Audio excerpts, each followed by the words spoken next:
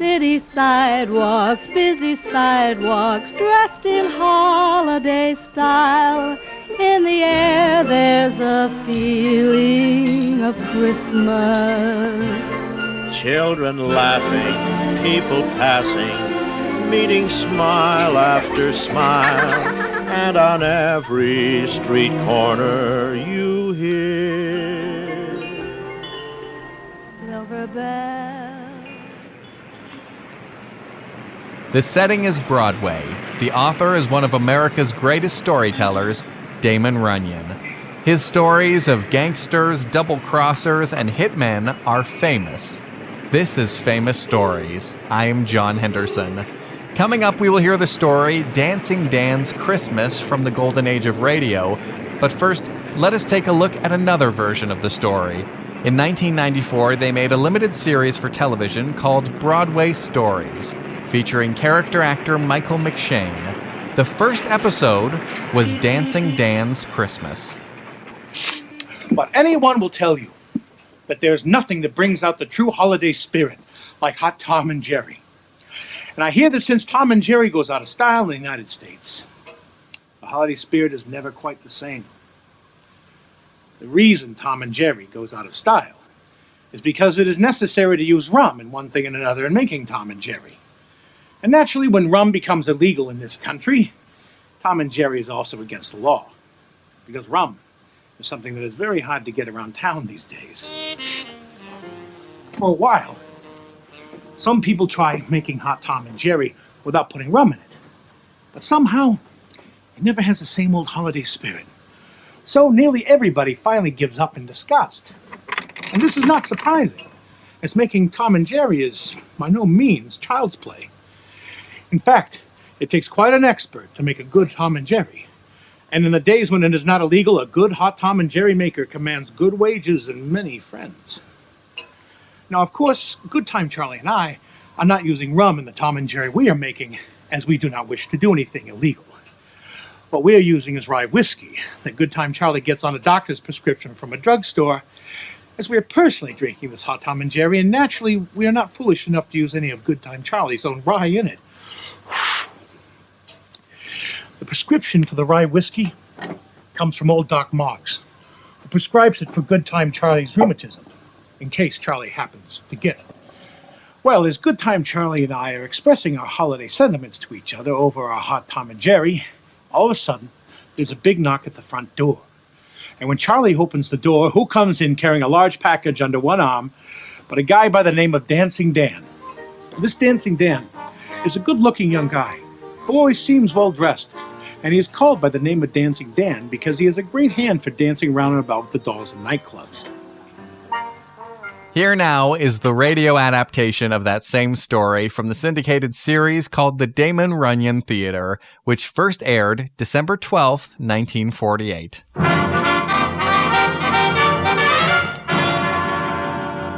The Damon Runyon Theater.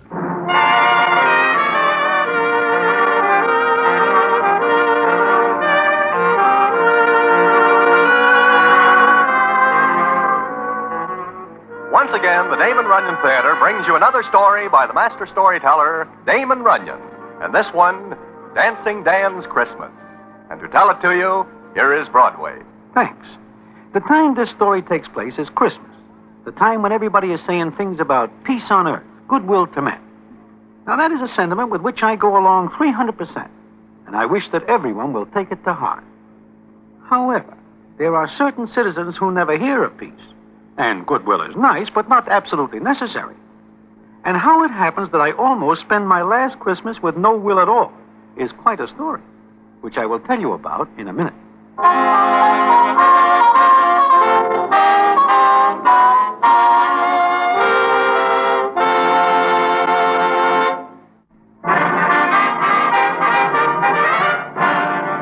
And now, back to the Damon Runyon Theater and the famous story, Dancing Dan's Christmas. It is just 2 days before Christmas that I am sitting in Mindy's enjoying some cheesecake and coffee. My enjoyment is not long-lasting because no sooner is the first bite in my mouth than I am joined by a character named Shotgun Sam, so called for reasons that are plain. He sidles up, eyes me for a couple of seconds, then sits down. The cheesecake has no more flavor and gets even less tasty, as Shotgun says as follows. Broadway, how are you? First rate. How are you, Shotgun? Tired. Very tired. Is the cheesecake good? I just take my first bite. Oh. I don't see Dancing Dan any place around, do you? I am not looking for it. I am. Oh? He is as hard to find as warmth in the bookie's heart. It seems to me that the places to be looking for Dancing Dan would be the nightclubs. He likes to dance. Mm-hmm. And that is just why I'm looking for him.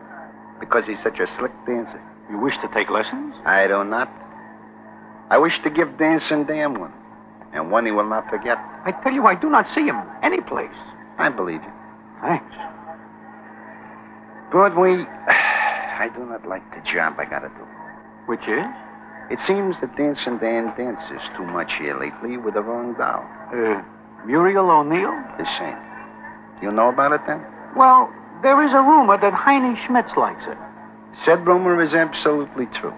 And because it is, Heine wishes Dancing Dan to know it. Look, Shotgun, what harm is there in dancing with Muriel O'Neill? None, except that Dancing Dan does it more than once. Now I've got to find him and end his career. You're sure you do not see him? As sure as I am a foot high, I do not. Okay. But if you do, you will let me know? Well, to tell the truth, I do not get to many places which are apt to see Dancing Dan. But in case you do, Heine would take it as a personal favor if you would tell me. Also, he would take it as a personal affront if you do not. But, Shotgun, I also would take it as a personal affront. I have got this job to do for Heine. And I would like to get it over with because I wish to get home for Christmas. I do not like to spend the Christmas season hunting for somebody here. I hear. Okay. See you now. Now, when a citizen like Shotgun Sam says he would take it as a personal affront, he means just that. So I make it strictly my business to keep more than somewhat away from the spots where I am likely to see Dancing Dan. Not that I would tip off Shotgun, because I like Dan. But if Shotgun finds out that I see Dan and do not tell him, that is not only the end of my peace on earth, it is the end. So it is on Christmas Eve that I am in Good Time Charlie's, a place Dancing Dan is never likely to show up. The scene is as follows. This is what is known as Tom and Jerry, Broadway. You like it? It is very good. A great thing for Christmas. Charlie, Yeah? how does it happen you have no other customers tonight? Christmas Eve, everybody stays home. I figure I'll close up early and... Who's that? It does not make any difference. Let him knock.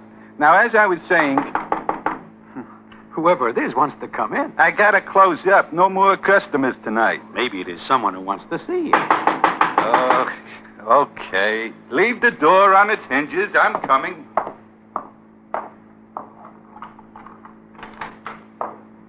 Hiya, Charlie. Dan. Dancing Dan. Dancing Dan.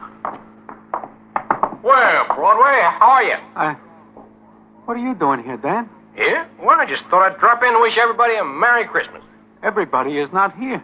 And so I see. Hey, Charlie, is that a Tom and Jerry? Yeah, you wish one? Yeah, just one. Then I gotta go. Here, store this someplace for me, will you? Yeah. What is in the package? Iron? Not by a long shot. Well, Broadway, I haven't seen you for a long time. Where you been keeping yourself? Safe?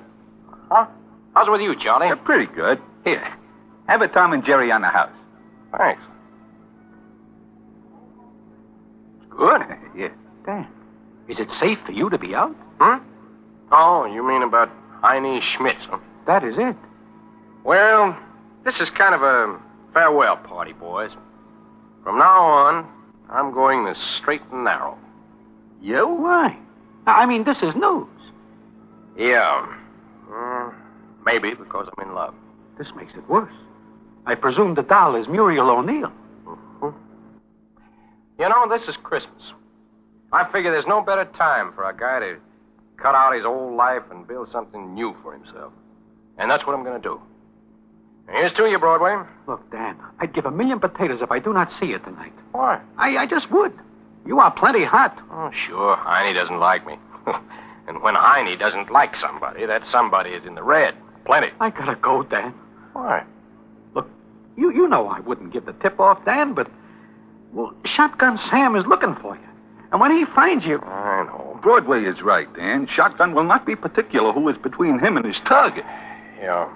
You sure nobody sees you come in here? I don't know. Holy mackerel. Merry Christmas, everybody. It's funny, isn't it? Here I am, in love with a doll who loves me. I want to go straight. I want to forget the old life and build up something new for Muriel and me. I gotta do it the hard way. Yeah, it is funny. Okay, tell you what. I'll stay just a couple of minutes. Then I'll take the heat off you two by getting out of here. Okay? Sure, Dan. You are an all right guy. Broadway, what do you say? It's Christmas Eve. What else can I say? Thanks. Well, Merry Christmas, boys.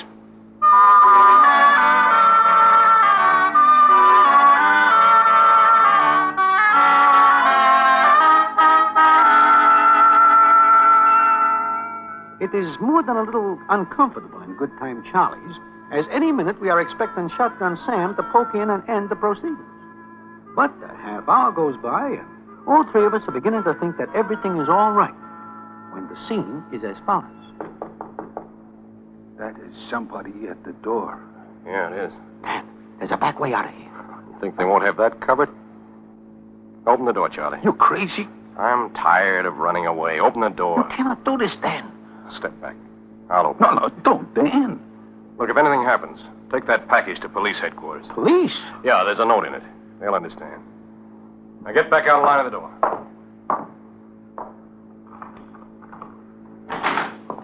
Merry Christmas. Look! It's Santa Claus. It is somebody who looks like it. Hey, look! Hi, Charlie. Hi, Broadway. Look, it is Ookie. Yeah, Ookie dressed up like Santa Claus. Yeah,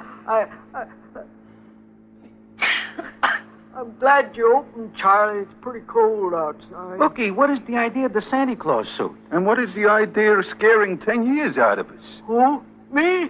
It's okay, Ookie. You didn't know. But like Broadway asked, what's the idea of the Santa Claus suit? Well, I'm advertising Fletcher's store. 50 cents an hour I get for walking up and down the streets handing out his cards. You got yourself a bad cold. But I'm going to be all right in a couple of minutes. Just gotta get warm first. Well, you're crazy. You will get pneumonia if you go out again. I need the dough bad. You mean you're so broke you gotta walk up and down in that Santa Claus suit for half a check an hour? How do you like that? Here, Rookie, drink this. A Tom and Jerry. Yeah? Thanks. That's good. It's nice and hot. But, gee, I wish I could stay in here and talk with you guys, but I gotta beat it. You are figuring on going out in the cold? Well, I need the dough. I ain't got a cent, and my wife's kind of sick. I'd kind of like to bring her a little present this year. Ookie, how long you have to walk around like that? About till midnight. Well, it's only 10 now. You will get soaking wet in the snow in 2 hours. No, I'll stop in the storefronts and places to get warmed up. Well, gotta get going. Thanks for the Tom and Jerry. Sure. Here. Buy the wife a good present, huh? Well, gee. Well, thanks, Charlie. Here, give her one for me, too. Oh, no, look. Make it a real Christmas, Ookie. Well, gee, Dad. Guys, I got a bad cold. Makes me sniffle. Yeah. Yeah.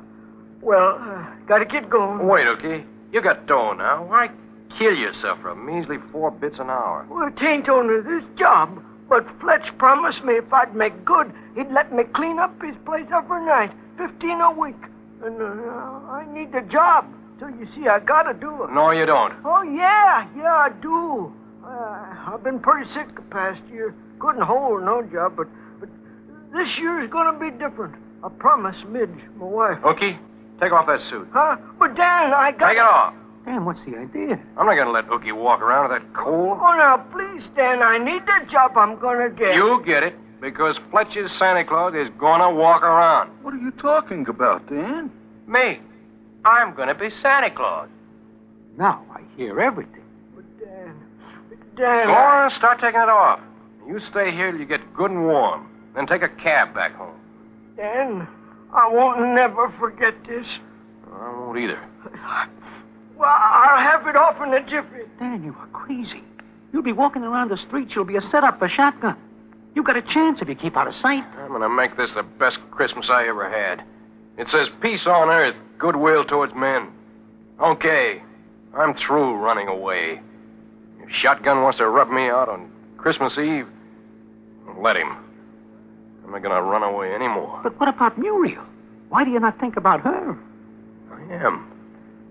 I'm giving her a Christmas present. Huh? Yeah. Together, we'd only have to keep running away. By herself, she'll do a lot better. Hurry up with that suit, Ookie.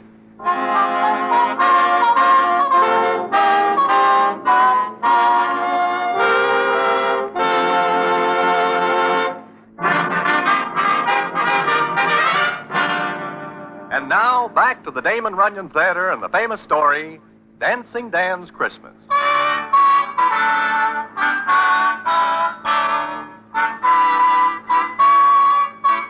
Well, Dancing Dan puts on Ookie's Santa Claus suit, beard and all. We get a pillow from Good Time Charlie and make Dan look quite a bit like the real thing. And then, just as he is about to leave, the scene is as follows. Now, who is calling me on the phone? Answer it, Charlie.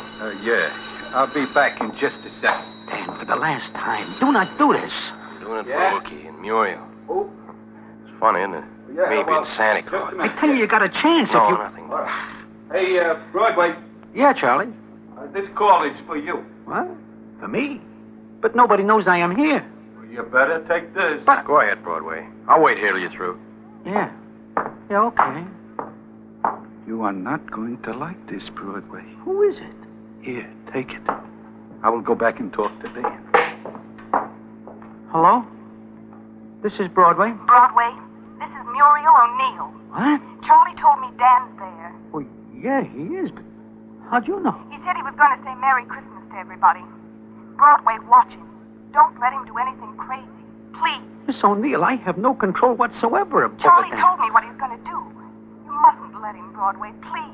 What is there I can do? Talk him out of it. I tried that for a solid half an Then hour. go with him. We have a bad connection. I think you say go with him? Yes. It is a very bad connection. Broadway, look, it's Christmas. I love the big goof. I know what he's thinking and I know what he's doing. Please, stay with him. Miss O'Neill, I know it is Christmas, and I would like to see what it is like next year, too. Broadway, they might not try anything if there's somebody with him. Don't you see? I do not. You're afraid. All right. Hold him there until I get to him. I'll go with him. Oh, no. Hey, no, please. Hold him there. No, look, Miss O'Neill, there is no... Miss O'Neill. Miss O... Step on it, Broadway. I want to get going. Yeah, I'm coming. Friend of yours on the phone? Uh-huh. A friend of mine. Yeah, but what does the friend have to say, Broadway? Nothing much. Say, Dan. Yeah? I think I will walk a piece with you. Huh? You're crazy. I need some air. Broadway, stay here. I have to meet somebody in a little while. Come on, Dan. Okay, I can't stop you. Oh, give me that package, Johnny. What have you got in there, Dan? Christmas present for the police. Come on, Broadway.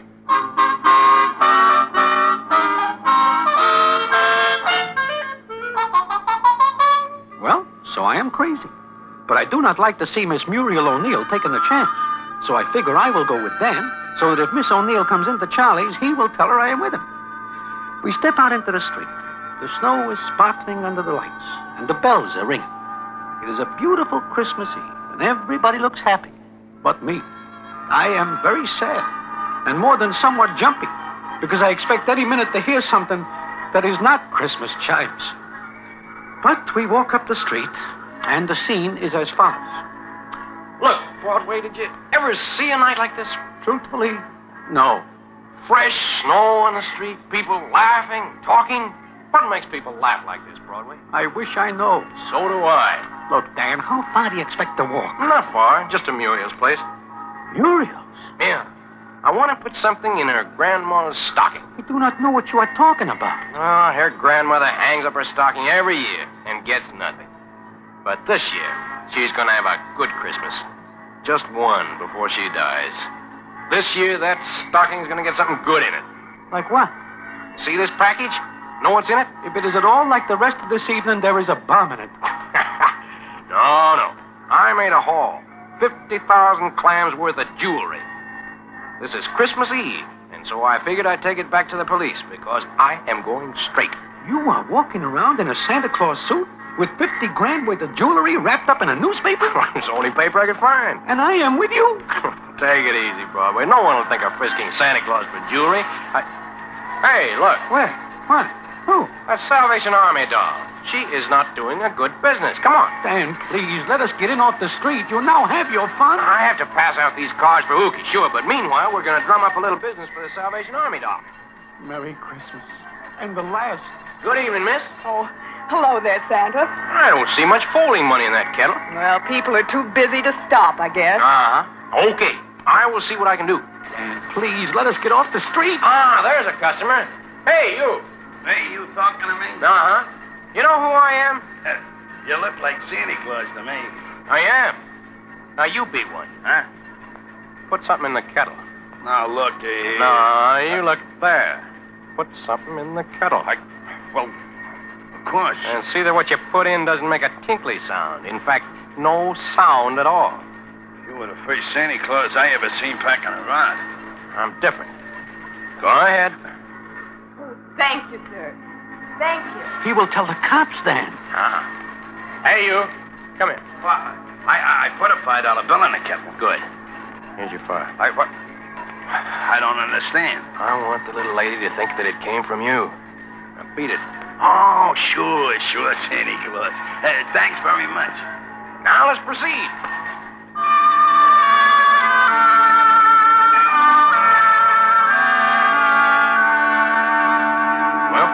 My last stop, Broadway. Look, Dan, forget this business. Oh, no, I still got Grandma O'Neill's stocking to fill.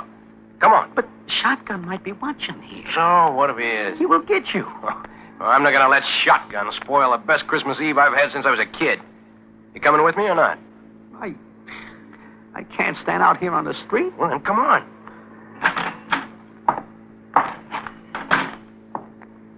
She lives on the second floor. Look, Broadway. You stay back of me. No use you getting it, too. That makes good sense.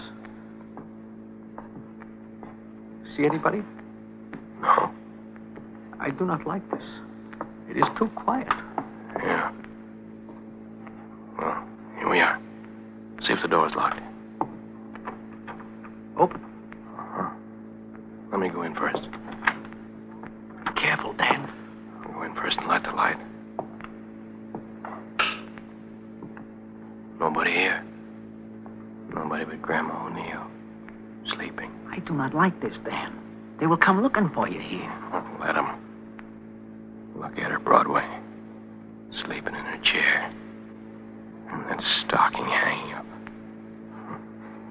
Every year she does that. Well, now we're going to make it worth a while. Look at that. Yeah. Pretty stuff, ain't it? You know there's a $5,000 reward out for it? And you're putting it in a stocking? Well, why not? It's a nice Christmas present, ain't it? Here we go. Looks awful funny in that stocking. And it's going to take more than a little explanation how it gets there. It's here. That's the main thing. Now, let's get going again. Where to now? Oh, I don't know. But you can go home if you want to. Yeah. I guess I will. She's going to believe there's really a Santa Claus. Wait. Somebody came in the door in the hall. Coming up. Yeah. Get down, Broadway. Who's that? Muriel. Dan. Oh, Dan. Oh, Dan, you crazy fool. Oh, now, honey, everything's all right. Muriel, did you see anybody? No.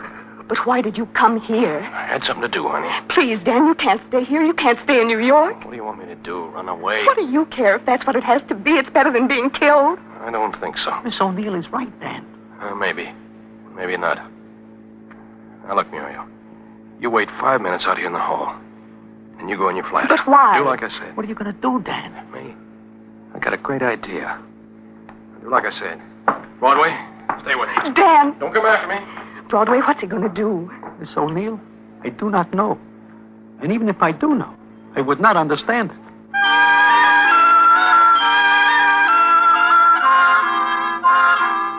Well, we do like Dan says. We wait 5 minutes, and then we go into Muriel's flat.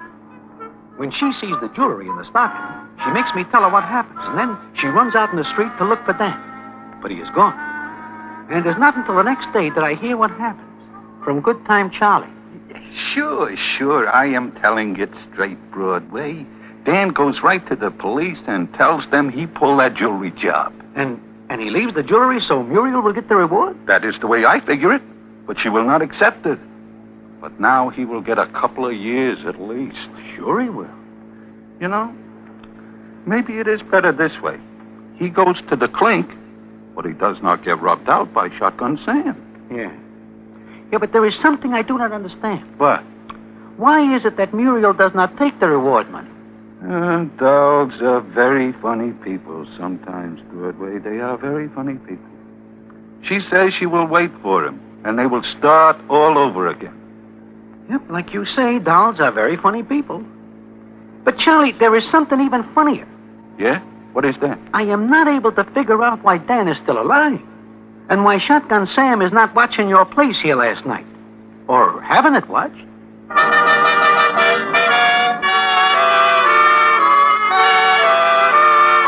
Like I say, it is hard to figure that out. Anyway, Dan goes to the pen, but he gets a light sentence because he says he is going straight, and besides, he gives himself up. He gets out and marries Miss Muriel O'Neill, and the last I hear, they are living happily. But that is not the end of the story. And what the end is, I will tell you in a minute.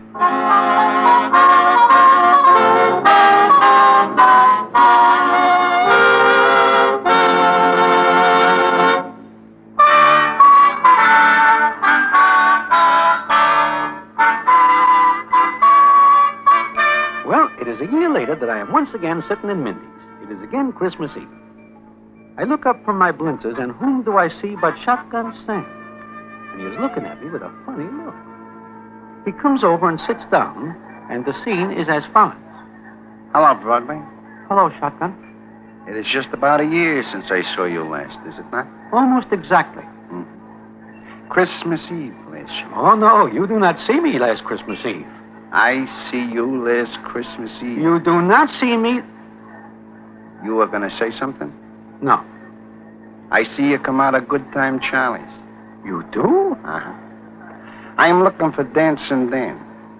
But I'm not looking for him anymore because Heine Schmitz no longer cares for Miss Muriel O'Neill.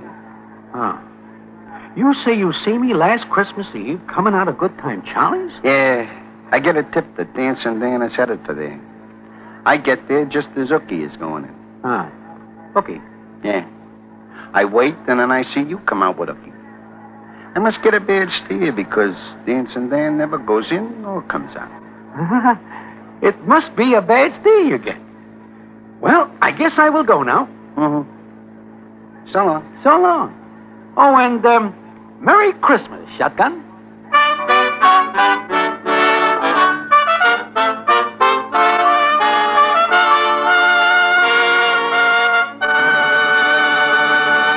And so ends Dancing Dan's Christmas, another of the famous stories. Our opening music was the first ever performance of the song Silver Bells by Bob Hope and Marilyn Maxwell from the film The Lemon Drop Kid, based on the story by Damon Runyon. In 1948, the Damon Runyon Theater, with John Brown as Broadway, was directed by Richard Sandville, and the stories were adapted for radio by Russell Hughes. Bern Karstensen was in charge of production for Mayfair. John Henderson speaking.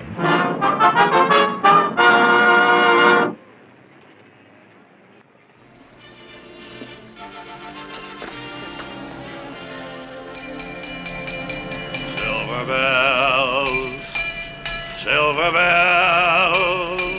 Let's put some dough in the kitty. Chunk it in, or Sandy will give you a Mickey.